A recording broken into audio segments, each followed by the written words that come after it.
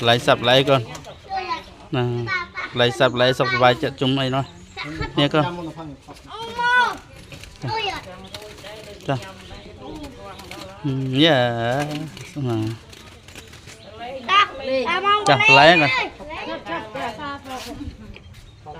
bên ông bánh trăm quên nhỉ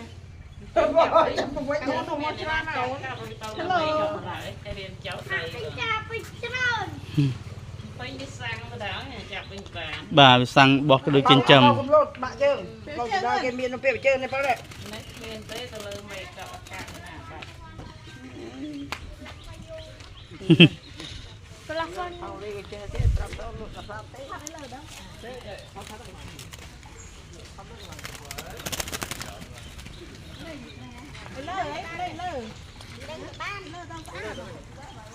làm từ lơ tới chân đấy làm bàn bị bạch cam á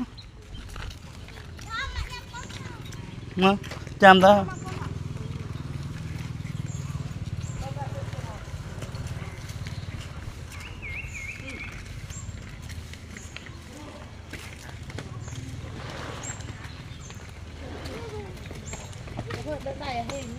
nào vậy ạ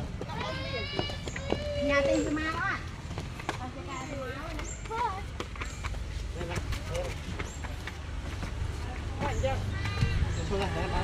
cái nước ba này nông này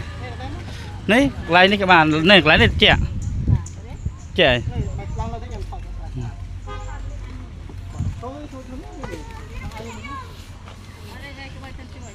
thọt mùi sòng ha sẵn thôi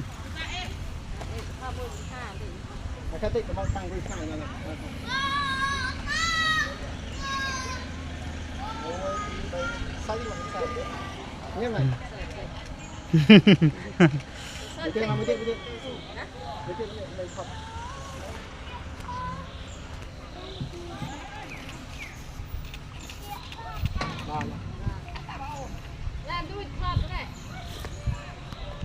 thọt cái này hơi tôn hơi nào nè hơi chơi cái này